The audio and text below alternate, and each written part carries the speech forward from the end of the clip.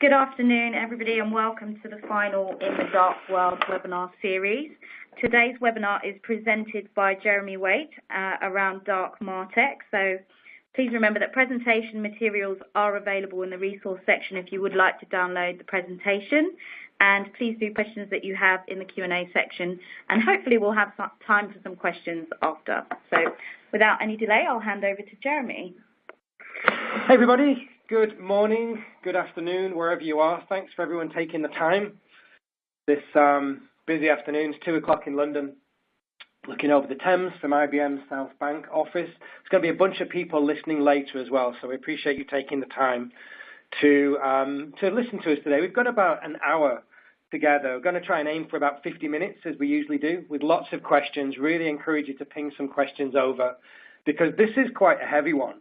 Right? We've talked a lot about dark marketing and this idea of dark social and dark data, and this really digs into some of the tech. So obviously we're super excited at IBM because we can hear you sat there with pocketfuls of money trying to figure out where to spend it. So this is going to be a 55-minute sales pitch with no, it's not. It's really not.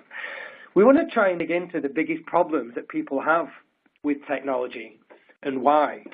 And now this is impartial. We're going to show you a little bit of the platform, but we want to try and give you some insight that you won't have got from anybody else before. We want to try and give our view of the industry and why it's changing so fast. You know, we've got one of the biggest, arguably the biggest marketing technology platform in the world. We've spent millions and millions of dollars in building it. We put about $6 billion a year into research as a company. So out of that comes a huge amount of insights about where the industry is going, why consumer behavior is changing so fast, and what it is that you should do about it. So we're going to try and drop as much of that on you today as we can. I'll try not to talk too fast and not to get too excited, but as usual, the PDF is available. You can download the slides. You can see all the slides that are in there. We'll also tweet them later on with a link so that you can kind of fly through the deck and in your own time. I mean, as we should always do after presentations like this, just go and find a dark room somewhere with your notebook and your favorite pen and just go and try and scribble down ideas about what does that mean to me and to my business. And also not just to believe everything that was said, just because I'm sat here and I represent IBM Watson talking about what it is that we do in marketing, why it's important. Just because I said something from our research doesn't mean it bears any resemblance to your business at all. So that's up to you to try and process that. So we're going to try and give you all the different viewpoints today. And what we're going to try and do is give you the results for the very first time, we've never shown this before, of our research, which is coming out. Because what we've done is we've gone to over 1,000 marketers, mid-level, senior marketers like yourself, to try and figure out what are the biggest challenges that you're facing over the next few years and why. Where are you spending your money? Where do you plan on spending your money? What do you struggle with the most? And that's going to do a couple of things. One of the things it's going to do is encourage you maybe to think differently about your marketing and maybe your approach to marketing technology. How much should you invest in people? What it's also going to do, it might even just validate some of the concerns that you've got, some things that you're struggling with, that maybe some of your peers or other marketers you chat to don't see it as a problem, and you start doubting yourself. Well, hopefully the webinar today is going to try and get into some of that by looking at what do we really think as an industry. And the thing that makes me most proud as a European marketer is that rather than just taking a ton of the North American data, which is what we often do, what we're going to do today is we're focusing the research on the work that we did with eConsultancy, and Nita, who just introduced the webinar today, has been working super hard on putting this together. And it's about 1,000. I think we ended up with about 1,026 senior marketers, mainly from UK, Ireland, Western Europe.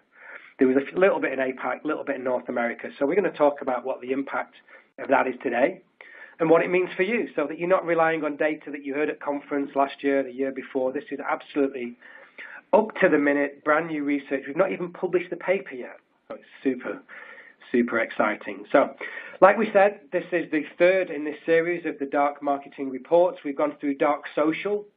I know a lot of you joined us on that call. See a bunch of familiar names on the list, people, as we started to debate this idea of dark social being one of the biggest challenges that we had in the industry. You know, we're talking about how 90% of the industry didn't even think it was a problem. The fact that the vast majority of consumer conversations are now taking place on private messaging apps, and that's just growing super fast, and it's getting harder and harder for marketers to keep up. And they're getting worried, and they're seeing their engagement levels drop through the floor. And as a result of things like that, what's happening is that people get worried. And then they panic, and they worry about, have I bought the right technology? Am I doing the wrong job? Did I do the wrong creative? Am I about to get sacked? Do I need to change my marketing technology stack because maybe the one that I had didn't work properly, or maybe it's out of date, even though I only bought the contract a couple of years ago? So there's a lot of fear and anxiety associated with these changes in consumer behavior, and that leads straight into dark data. We talked about similar kind of thing. This idea that of all the data that is created in the world, and it's growing super fast, 90% of all the data, you may remember, has been created in the last 12 months. And a huge amount of that's come from the social web. A lot of it's come from voice. Now as well, we're all talking to voice-activated devices more than ever. We've got Siri and Alexa and our Dots and Echoes and Cortanas, and people investing in Watson technology with voice, trying to understand how to market to people. What is it they mean? Sentiment analysis and tone analyzer, all that kind of stuff. Big emerging technologies, which really are just trying to understand this dark data, which is the 80% of all the data that's in the world that's unstructured. Only 0.5% is usually analyzed, even though it's assumed that somewhere up to 30-35% of that data is valuable. It's actually useful. Yet most companies, they're killing themselves to chase new customers and acquisition and all the rest of it, instead of make sense of the data you've already got, for goodness sake. And it's a big challenge, and it's hard. It's really, really hard, because you've got more data than ever to try and fight your way through. You've got to find a meaningful signal in the middle of that noisy environment. So that's the reason why this looks like a really heavy session that we're going to run today. I think it's the most fun, but it's the glue, really, that sticks the previous ones together. Because the marketing technology, whilst it is only a very thin layer, and this is all about people, we'll get to that later on, but this idea of marketing technology helping to solve some of those challenges is really the bit where people become unstuck. And they come unstuck because either they've got too much money and they invest in too many things that don't talk to each other, or they've got too little money and then they're trying to piece together lots of very small point solutions, and then people get themselves into a little bit of a mess. So that idea of dark Martech, let me just give you the definition first of all, just for those of you that are unfamiliar with this term and where it is going. Because it's a growing phenomenon for sure. It's a term that is used to describe homegrown marketing technology, which is distinct from, third-party solutions. Ultimately, what's happened is dark Martech is really hard to understand, and what happens is people often, with the best will in the world, they've often got the best intentions, but maybe you've got legacy systems that you inherited. Maybe you've got no money, so you invest in a load of free and cheap tools. Maybe you've got Google Analytics and your Facebook Insights.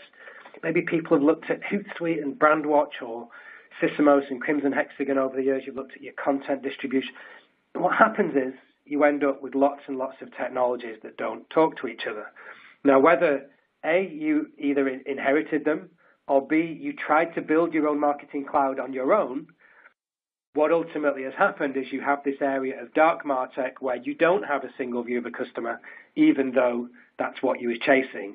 And that whole phenomenon, the phrase that was coined a couple of years ago, and you'll see in the research report when we send it out, we'll go a lot deeper into this and where it came from, is that fact that people have got themselves into a mess because they've invented their own marketing cloud. Often they've tried to customize it based upon lots of small and cheaper tools, that homegrown marketing technology. So as we go through this report, we're going to give you some of the highlights. We're going to talk through the space of where it is. We're going to try and do it from the perspective here of the only two things that marketers really care about. How do I make money? How do I save money? Making money is the holy grail. That's what we're all here to do. We're all here to usually sell more stuff, aside from the charities and the non-profits. But the problem with making money is that we've got to understand the ROI of that and where that comes from, and that's not easy, especially when you have lots of different channels. Google's telling us at the moment, people, even for the most basic purchasing decisions, cross about 5 different channels or devices. And you've got to understand where that customer's gone and exactly what they're worth. So it's harder and harder to keep up, and it's getting very, very fragmented. So it may take a couple of years for you to put all your tech in place and figure out what the ROI is. In fact, for some of the bigger companies that we work with, it takes sometimes 3 to 4 years to actually see positive ROI that is accurate. Now think about that. You might only be in a marketing job for a couple of years, and yet the fruits of your efforts might not actually blossom properly with some solid data for a couple of years after you've left. That creates a huge problem. And that's why understanding marketing technology is so important, because the thing that you can do from day one, the second you start putting some of these platforms into place, it starts saving a lot of money. So that's what we're going to talk about today. How do you figure out not just where you're wasting your money spending it in the wrong place, but how do you try and do operational cost savings across the business? So that's the dark Martech piece. We're going to talk about the cost of ownership, something that you need to consider as an organization. May look in some cases like you're saving money with cheaper solutions, may actually be costing you an awful lot more than you think by having a fragmented, siloed view. You need to understand how this is an enabler for understanding that customer data and all the integration between it. And how do you make people to make sense of that? How much money should you spend in people versus how much should you spend in technology?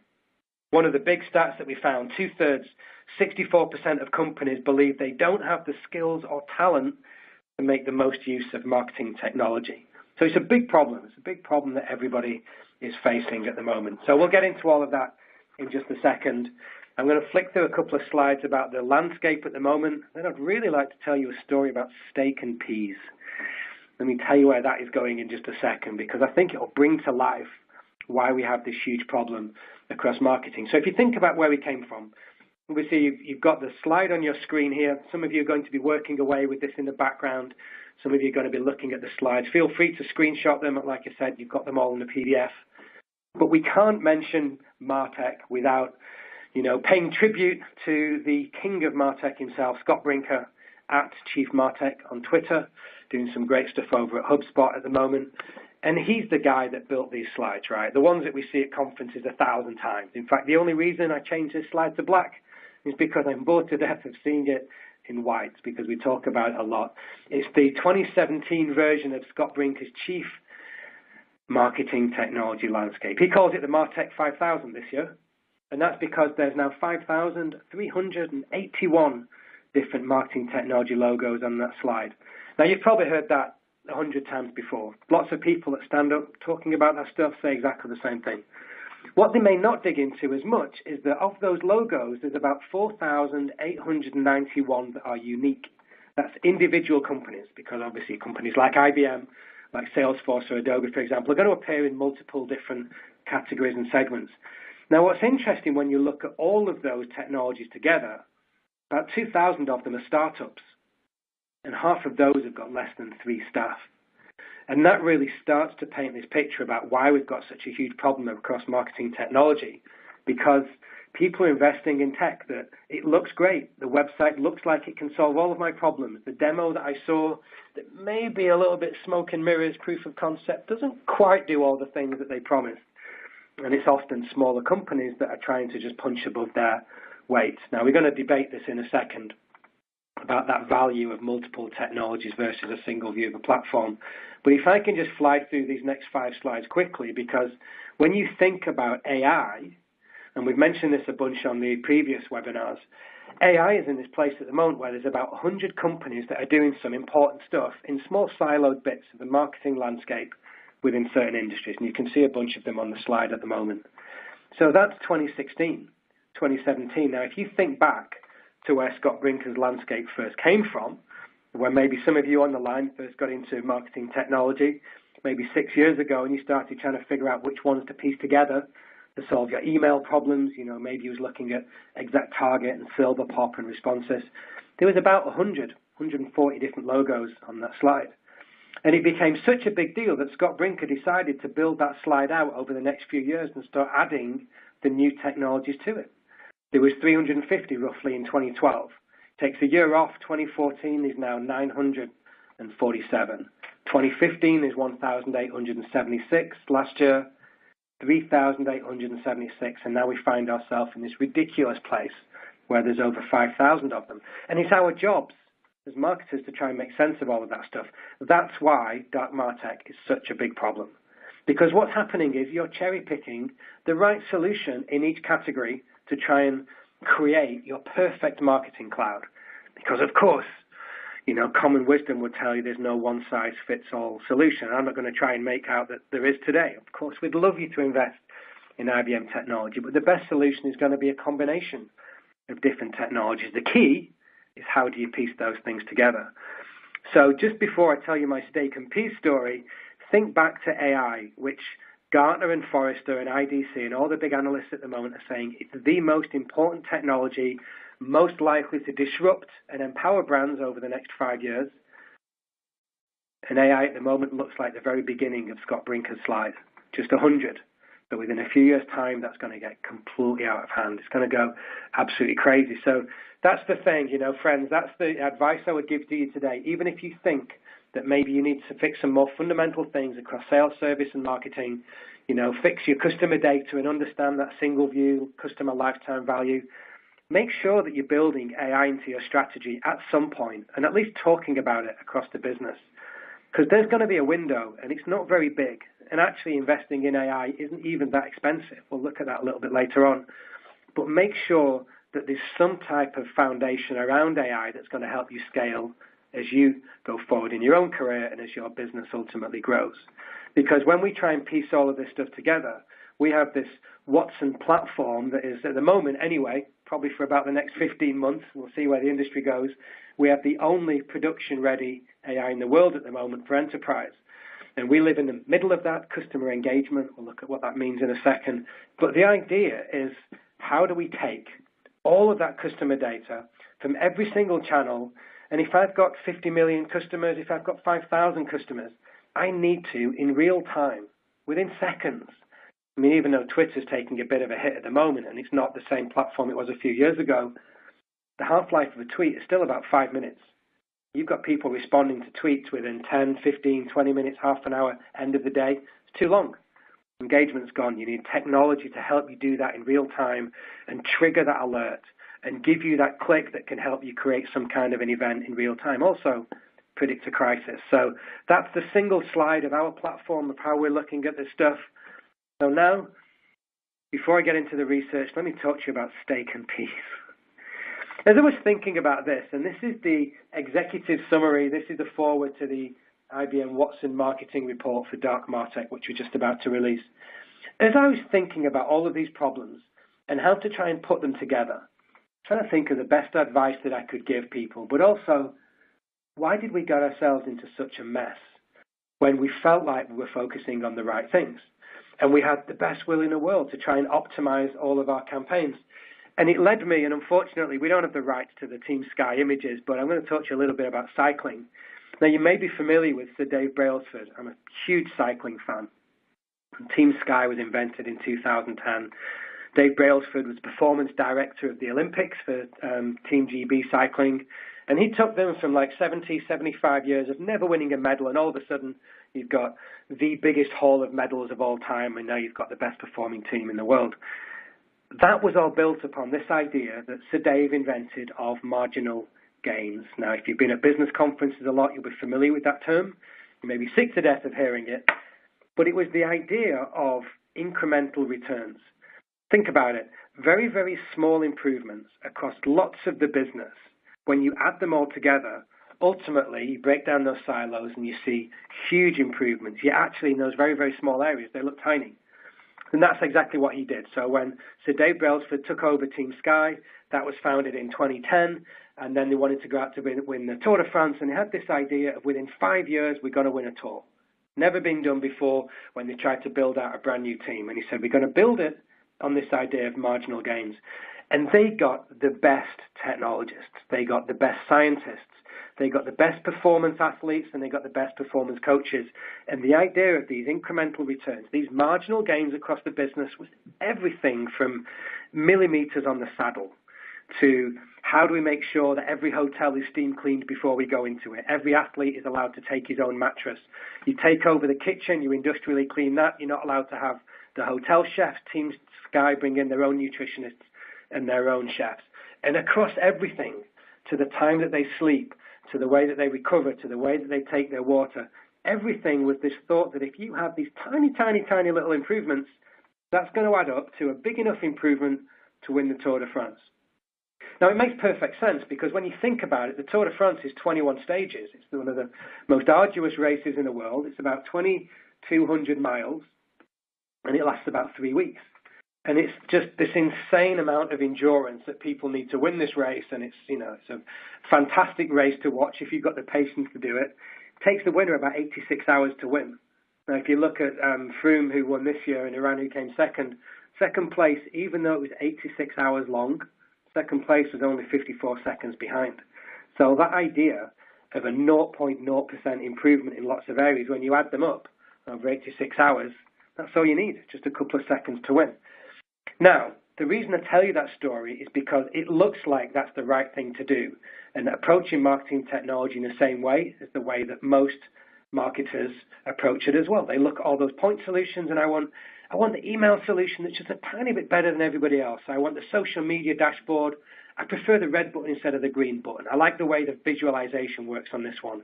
And you cherry pick all of those solutions and you try and piece them together. Now, the problem is that whilst that idea of marginal gains works in business, it does not work in marketing. And that's really the whole concept behind Dark Martech. Because what happens is you've pieced those tools together, and then you find out over time, actually, that unstructured data, that hashtag data that you get in from lots of different sources, doesn't make sense. Doesn't talk to each other, hasn't got a single view. You don't know where your customers are going at all, and everything is even more siloed than ever. It's one of the biggest mistakes that we have. You may be wanting to optimize that email open rate, right?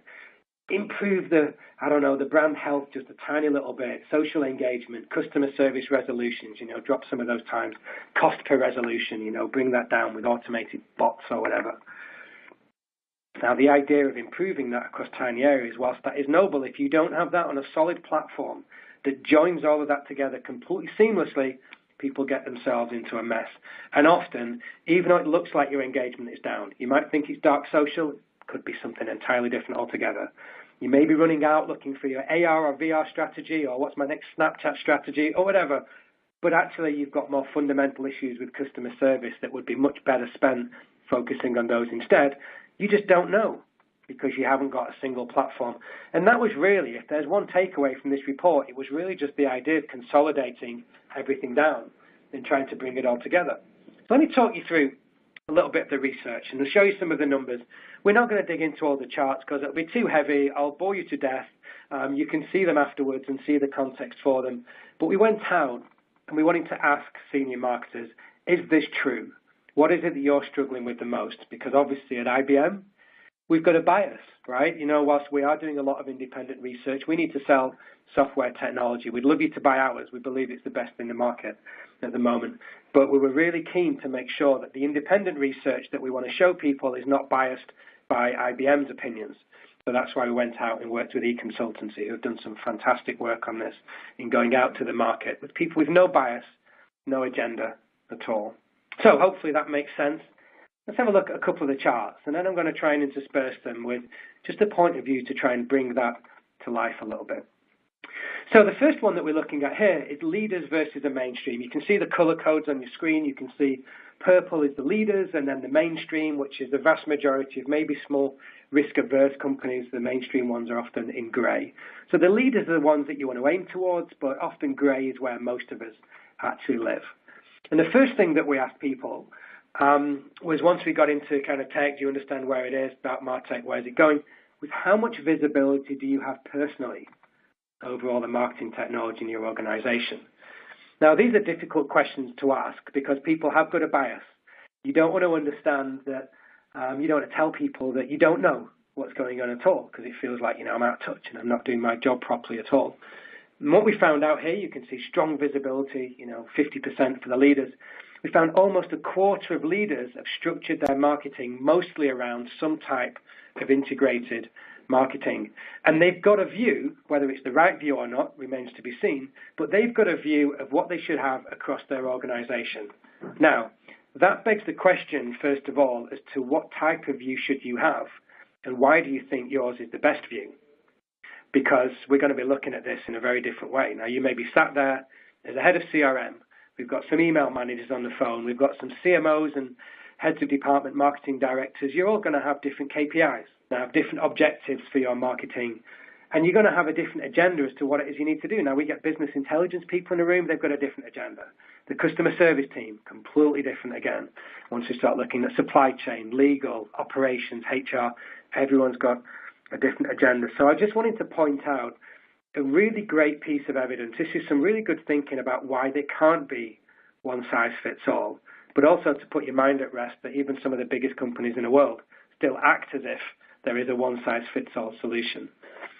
So if you look at a post, you can go and Google this later on. I think it was called Your Strategy Needs a Strategy. I think it may have been September 2015 in Harvard Business Review, probably the best publication out there for objective, solid research.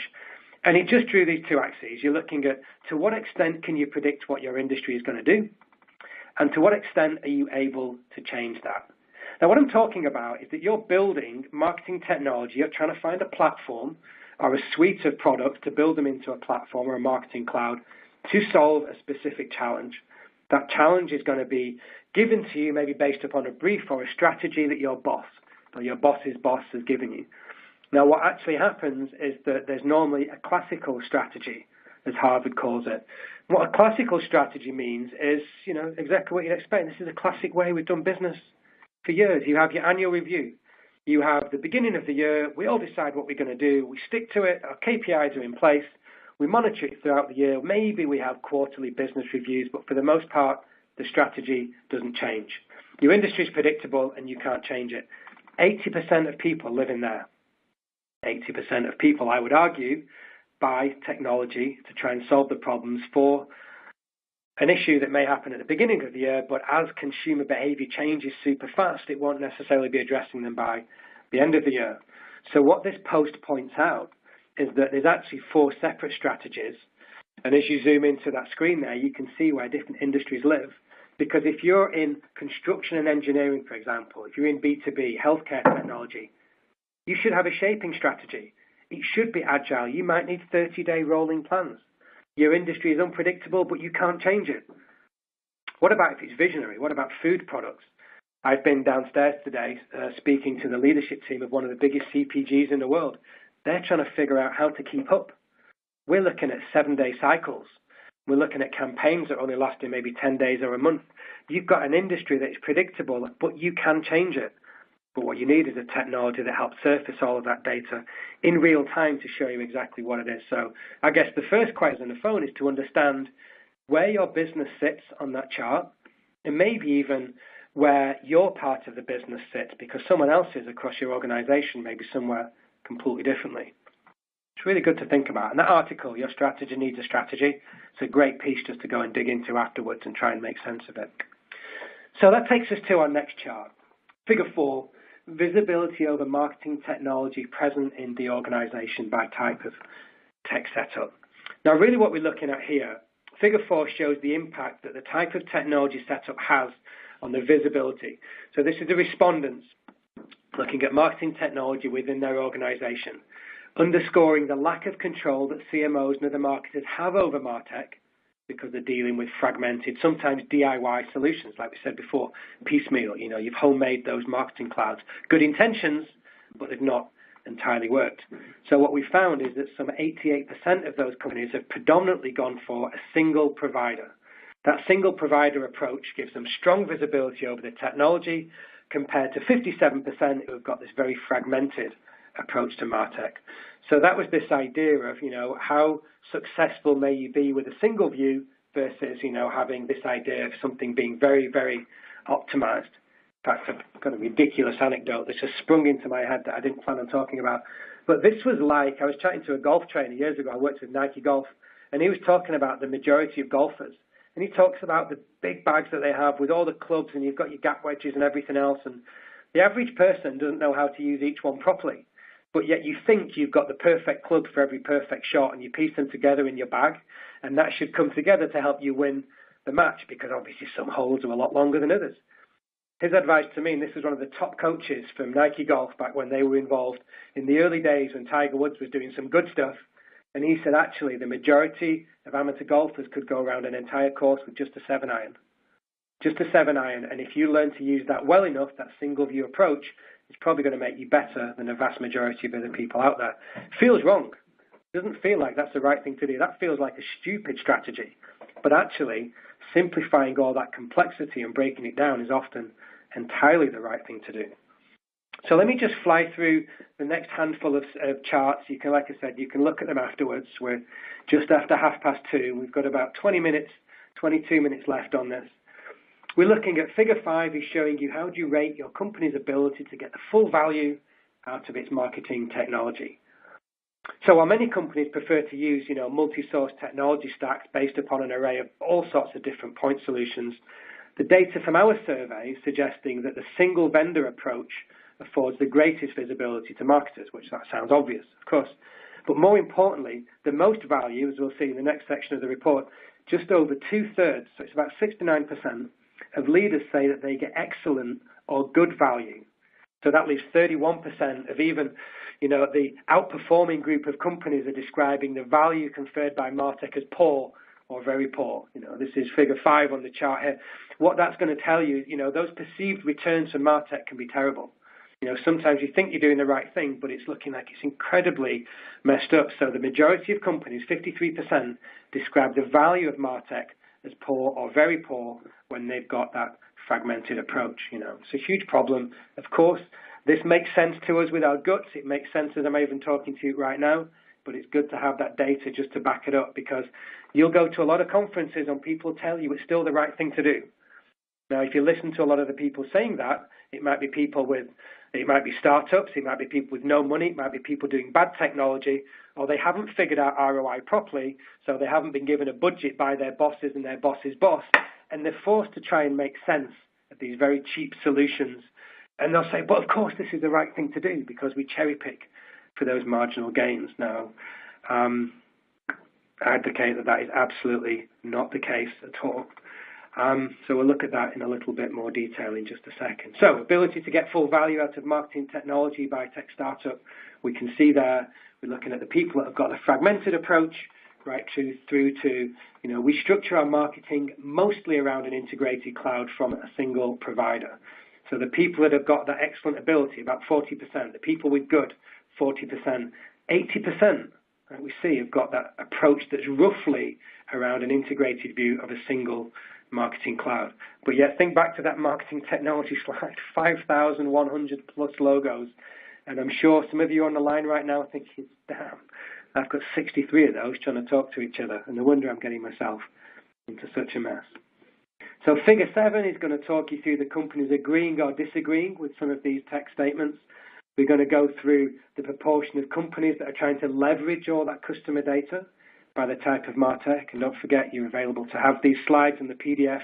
You can download them from the resource on the WebEx that we have at the moment on 24 asset supply there. Now, really, this brings us into something really interesting. This brings us to a place as to who owns strategic marketing technology in your organization. Now, usually it's going to be the CMO, or it's going to be some type of head of marketing. But increasingly what's happening is you've got the future belonging to this pie-shaped marketer. Now, it used to be T-shaped marketers. That's a phrase that maybe you'll be familiar with. The idea of you need to have visibility over lots of different things across the business. Think about the letter T. Lots of different things, a small amount, but you go deep in one of them. Now, what happened 2 years ago is we had this explosion in marketing technology. Scott Brinker spoke about how 2016 was going to be the year of the marketing technologist. And what he really meant by that was that the people that are going to win, the best marketers, are going to be the ones that understand people and numbers. It's the ones like Steve Jobs used to talk about, that intersection of humanity and technology, or technology and liberal arts. You've got to understand both. Marketing never used to be like that. You used to have your brand people on one side, you had your IT people and your data people on the other side, your customers, and you didn't often get that cross-section. Now, what we're seeing today is, as you look at who actually owns the marketing technology, you're seeing is the people that are pie-shaped. Now, Ashley Friedland from eConsultancy, founder of eConsultancy, Ashley Friedland on Twitter, you should follow him. Go and look at all of his posts on eConsultancy. He wrote some brilliant things about modern marketing. It's Friedland, spelled Friedlein. And he really coined the phrase of this pie-shaped talent within marketing. It's people that can understand two pieces. You need to know good on lots of areas, but you need to go deep on marketing and technology. And no longer can you afford just to do one or the other. So I encourage you to go and dig into some of his stuff afterwards, because this is why it's such a huge problem. Because when we started going out, in previous webinars, we often get questions about B2B and B2C. Figure 10 here, we're looking at, in your opinion, how respected is marketing in the boardroom? Now, that's a big one. That's a big one in 2017 as we go into 2018, because there's been research that's come out saying actually it's not very respected at all.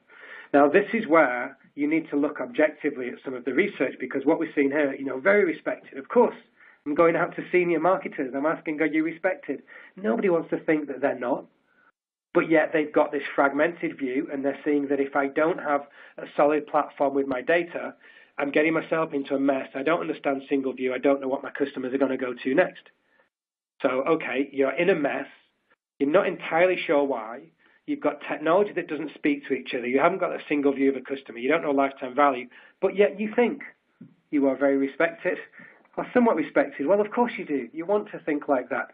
Now, look at what this means from independent research as we try and put that into context. And this is where, as marketers, sometimes we get too siloed. We need to step back and look at what other people think of marketing as well.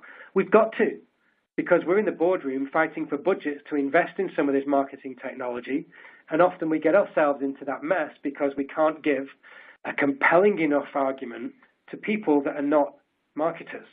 People that look, just tell them, what's the ROI? How much money are you going to spend? How much are you going to save? What's the impact on this on employee engagement? How is this going to affect shareholder value? How is this going to help me get more money to innovate? Is it going to get me more time to go and build better creative? And people forget about trying to explain that with some type of economic value. Now, Edelman, something like the last 33 years, have got one of the strongest pieces of research in trying to understand the levels of trust, not just across marketing, but across business, across NGOs, across government, across non-profits. And it was a bad report last year. But what we've seen this year is that it's the lowest level of trust that we've ever had. Obviously fake news and everything's blown up. But when you look at the companies, where they live, and you look at the countries that are least trusted places to do business, 6 of the top 9 are now in Europe as least trusted places to do business. As you're looking at some of the data about, in business and in media and government, incredibly untrusted. So, okay, well, what does that mean from a marketer? Well, when you look at the independent research, we've gone back, we've looked at Harvard Business Review, the solid, impartial, this isn't the marketers with their shiny points of view and bias.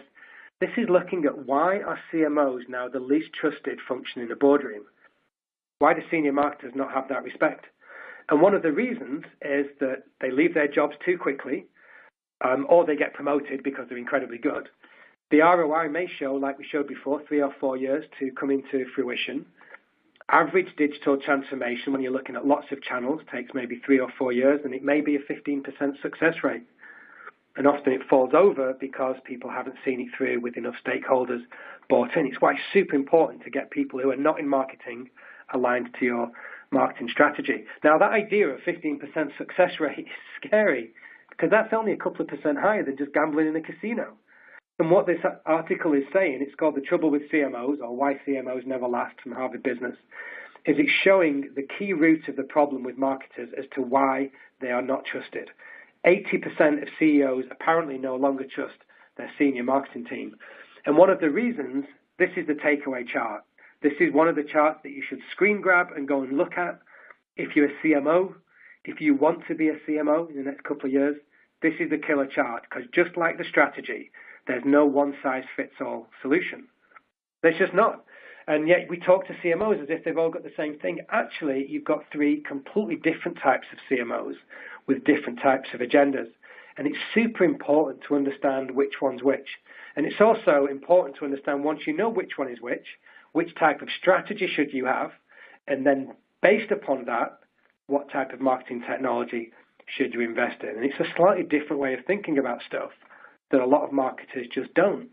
Because, we're in the weeds. Our jobs are to look at social, or look at email, or we've got to build out our blog and our content strategy, or how does it tie to customer service. We don't often take that step back. So we need to understand some of us are going to be looking across the business, enterprise-wide, P&L, that's your traditional CMO that's in charge of everything, that's also impacting sales and product, and that's looking at innovation strategies and helping shaping pricing policies. But then you've got some just strategic CMOs that are looking at just the insight and the product design, And then you've got the complete opposite side of that. We have a lot of commercial CMOs at IBM, and often they think quarter to quarter. Very, very short term, very transactional. Show me the money. What did we get in Q1? How did it perform in Q2? And you don't have that long-term view enough because you're looking at things from campaign to campaign. Good way of looking at it from campaigns, but when you're looking at the wider view of the business, has to tie together with your overall strategy. Whether that's quarterly, 30-day rolling cycles, 12-month cycles, 5-year plans, whatever it is. Those strategic imperatives you need to try and understand. Now, when you bear all of that in mind and you look at the trust, this is where you start to see nuances between North America and EMEA. Now, I quite like this because I'm very proud Brit, very proud European. You start looking at how is marketing perceived. We said it's only got two functions, trying to make money and save money. Now, you've got marketing as a cost center or marketing as a profit center.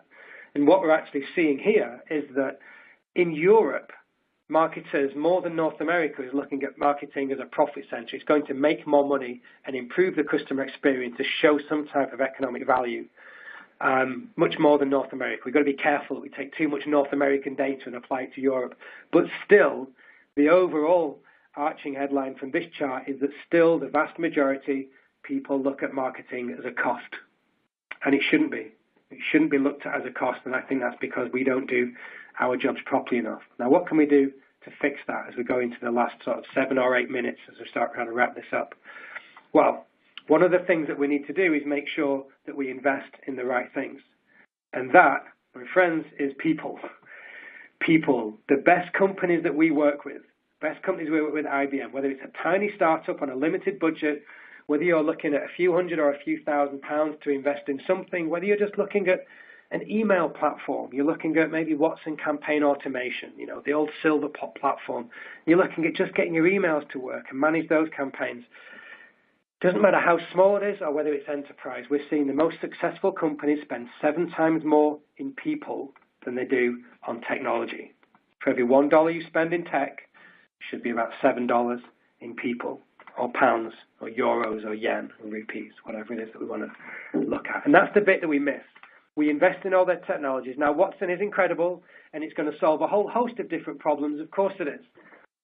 But that's not the thing that's going to make it work. The ones that get themselves into a mess when you become least trusted is because you didn't invest in people enough to see the context behind the data. Watson can uncover all kinds of interesting things from unstructured data, but people need to make that work, and people need to understand what creative do we come off the back of that.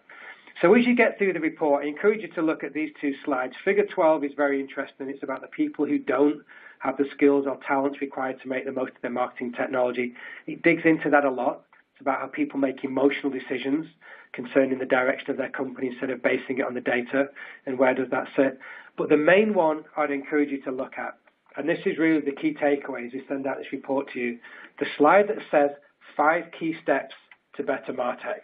These are the 5 things that you should do. This is really the big takeaway as to how to try and make you do your job better. And also it will help you try and make sense of that as you understand what the platforms are that you should look at investing in. I'm going to fly through in 4 minutes just a little overview of some of the Watson platform of how we look at that. But there's only really 5 areas. Say no to that siloed technology.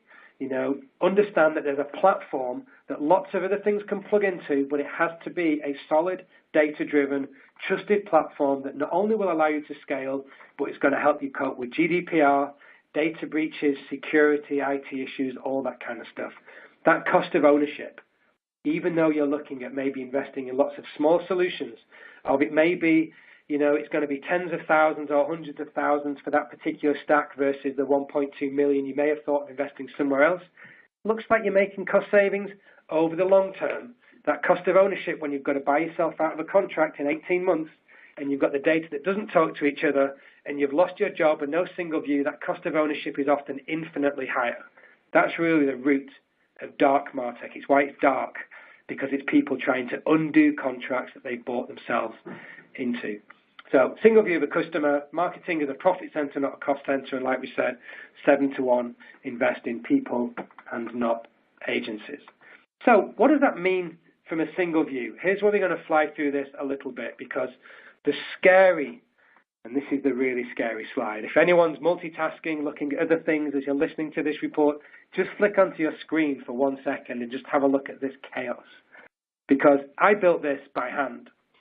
I built this with a couple of technologists, and it was to understand if you actually want that single view of a customer, and according to our CEO report, IBM publishes, the vast majority of CEOs, it's roughly about 72%, say their number one priority is single view of a customer.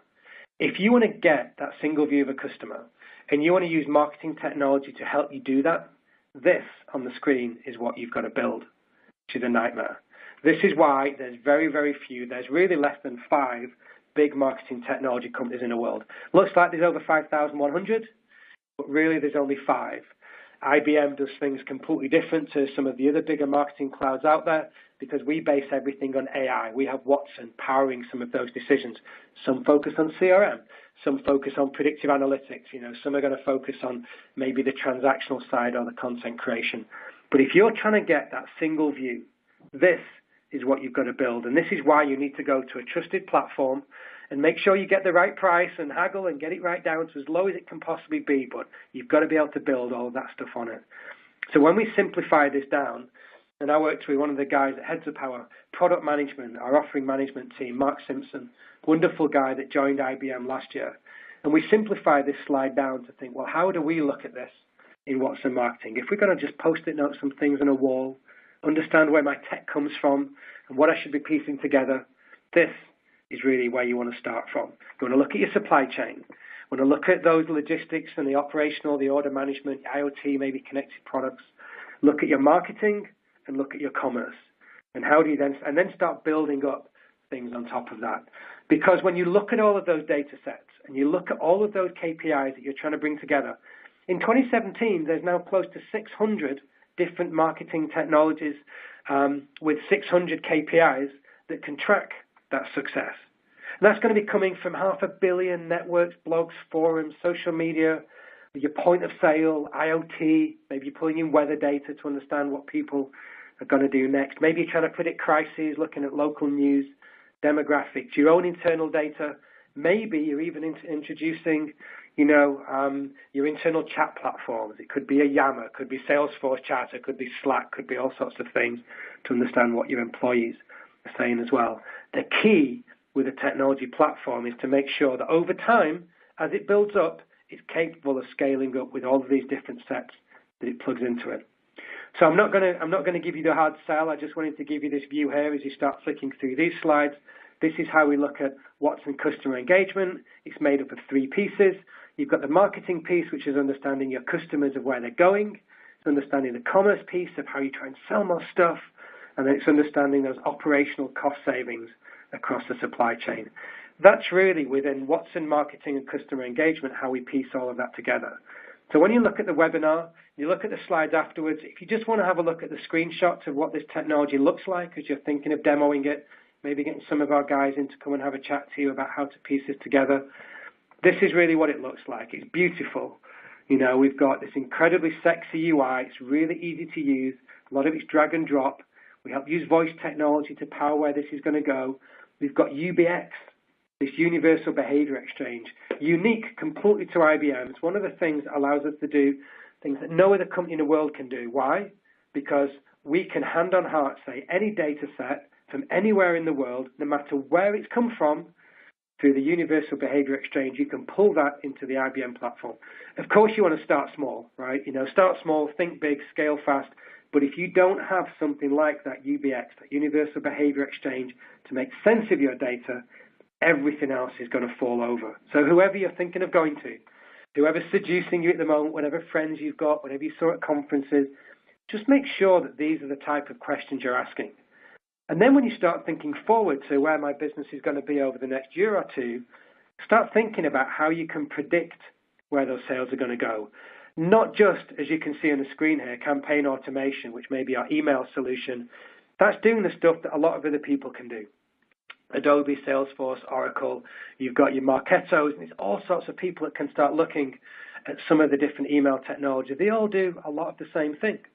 And you can start tracking some of those sales back to social media, via email, where did the tweet come from, figure out my ROI. Fantastic. Of course you can. Happy days. But can you start using voice technology to then dig into that when things go wrong? 55% of consumers no longer want to give any data to marketers ever.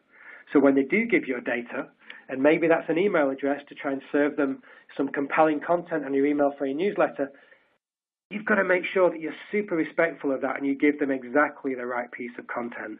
And if those campaigns go wrong, if that open rate's dropping right down and you don't know why, you can't afford anymore to go backwards and forwards to your agencies and your analysts and your consultants to try and figure out in days or weeks of how to fix that.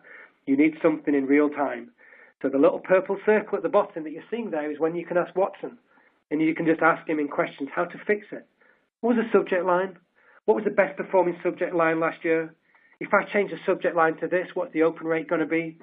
If you start looking forward to predictive analytics, look at this. This is WMI, we call it, Watson Marketing Insights. This is even showing you, using an AI, using Watson, cognitive technology, helping to show which customers who you think are happy right now are likely to leave you over the next 1, 2, 3 months, 4 months. Here we can see here, 15,000 customers suddenly have an elevated risk of attrition. They're likely to leave you. You don't even know why yet, because you've not lost them. You can't just wait for that shopping cart abandonment. You can't wait for the customer to disappear and you've got to retarget them anymore. This is why AI is so important. It's one of the things that makes our platform unique. Trying not to give you the heavy sales pitch. I feel like I'm selling to myself. But this is the sort of unique differentiator as how marketers need to think going forward, as to not just how to predict what's going to happen next, but how can technology in all of these thousands and thousands of customer engagements help me to understand how to love my customers and understand a problem before we even think it's a problem. How do we fix that?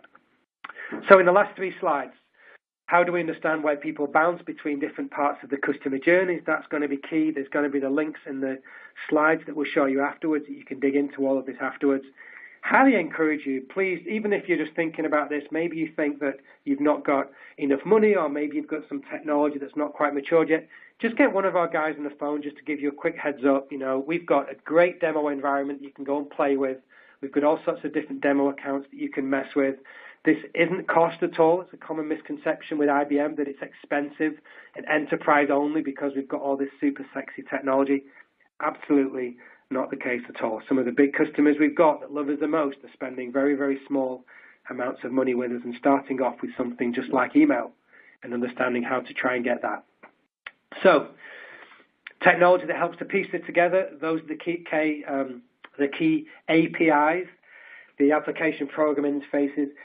Watson and the technology that underpins what it is we have at IBM, it's not a big supercomputer. It's really just a toolbox full of lots of different commands. So as you start piecing them all together, and you can go on ibm.com/Watson, you can play with them all for free. You could go and try image tagging, or go and try our Content Hub. Go and drop in 40,000 images into Watson and watch him automatically tag them for free. And then you start seeing the power of this type of technology come to life. It's incredible. Look at sentiment analytics of how to understand the mood of an audience. Personality insights is insane. You can put in your Twitter account, or you can copy and paste data. You could put in a PDF. You could copy and paste, scrape your website, and understand how trusted is this content. Is it fearful? Does it make people feel joyous? Is it authority challenging? Is there love? What levels of emotion? And all of those triggers can help you then serve a better email, create a better YouTube ad, create better blog content, serve your programmatic better. So I'll leave you just with a final story. We're not going to take any questions today. Apparently, more than happy for you to hit me up on Twitter. I'm at Jeremy Waite. More than happy to continue this, go into any more detail. But think about this. This is a big story from one of the biggest marketing technology spenders in the world, P&G. The biggest consumer brands, arguably the biggest advertising spender in the world, Procter & Gamble. And right at the beginning of this year, they thought, let's try this out.